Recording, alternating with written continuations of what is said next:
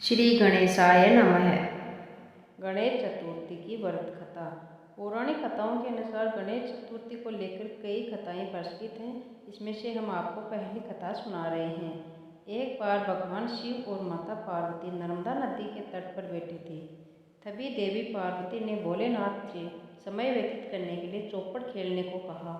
माँ पार्वती के आग्रह पर भगवान शिव चौपड़ खेलने के लिए तैयार हो गए, परंतु इस खेल में हार जीत का फैसला कौन करेगा, यह प्रश्न माता पार्वती के समक्ष उठा। ऐसे में भगवान शिव ने कुछ दिन का एकत्रित कर उसका पुतला बनाकर उसको प्राण प्रतिष्ठित की और पुतले से कहा कि हम चौपड़ खेलना चाहते हैं, लेकिन हमारी हार जीत का फैसला करने वाला यहाँ कोई नहीं है, इसलिए तुम्हें बताना होगा कि हम में से कौन जीता और कौन हारा। यह कहने के बाद खेल शुरू हो गया और सहयोगवश तीनों बार माता पार्वती जीत गई। खेल खत्म होने पर भगवान शिव ने बालक से हार जीत का फैसला करने के लिए कहा। बालक ने भगवान शिव को विजयी बताया। यह सुनकर माता पार्वती अत्यंत क्रोधित हो गई और क्रोध में आकर उन्होंने बालक को लंगड़ा होने और कीचड़ में पड़े रहने का श्राप दे दिया। माता पार्वती का क्रोध देखकर पुतला भयभीत हो गया और उसने अपने कृत्य के लिए माँ पार्वती से माफ़ी मांगी और कहा कि माँ, मुझसे अज्ञानता के कारण ऐसा हुआ है, मैंने जानबूझकर ऐसा नहीं किया। बालक के क्षमा मांगने पर माँ पार्वती काफ़ी भावुक हो गई और उन्होंने इस श्राप से निजात पाने का उपाय बताया। उन्होंने कहा कि यहाँ गणेश पूजन के लिए नाग कन्याएं आएगी। उनके कहे अनुसार तुम भी गणेश पूजन करो, ऐसा करने से तुम मुझे प्राप्त करोगे। यह कहकर माँ पार्वती भगवान शिव के साथ कैलाश पर्वत पर चली गई। ठीक 1 वर्ष बाद उस स्थान पर नाग कन्याएं आई।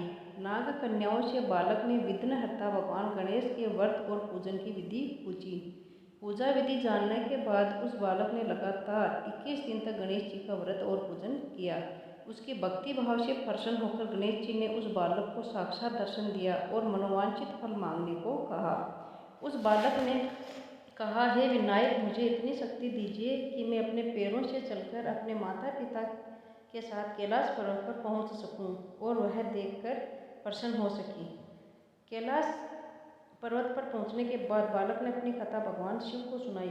चौपड़ वाले दिन से माँ पार्वती भोलेनाथ से नाराज हो गई थी। ऐसे में भगवान शिव ने भी बालक के बताए अनुसार 21 दिनों तक गणेश जी का व्रत और पूजन किया। इस व्रत के प्रभाव से माता पार्वती के मन में भगवान शिव के मन में माता पार्वती के लिए जो नाराजगी थी वो दूर हो गई। इसके बाद यह व्रत विधि भगवान शिव ने माता पार्वती को बताया। यह सुनकर माता पार्वती के मन में भी अपने पुत्र कार्तिकेय से मिलने की इच्छा हुई। कार्तिकेय से मिलने के लिए माता पार्वती ने विघ्नहर्ता भगवान जी का व्रत और पूजन किया। व्रत के 21वें दिन भगवान शिव कार्तिकेय माता पार्वती से मिलने आ गए। उस दिन से विघ्नहर्ता भगवान गणेश जी का यह व्रत अत्यंत फलदायी माना जाता है। इस दिन व्रत रखने और विधि विधान से पूजा अर्चना करने से भक्तों पर भगवान गणेश की विशेष कृपा बनी रहती है। तो यह थी आज की गणेश चतुर्थी की पहली कथा। ये कथा आपको कैसी लगी, अच्छी लगी तो कमेंट करके ज़रूर बताएं और वीडियो को लाइक करें। चैनल पर नए हो तो चैनल को सब्सक्राइब कर लें।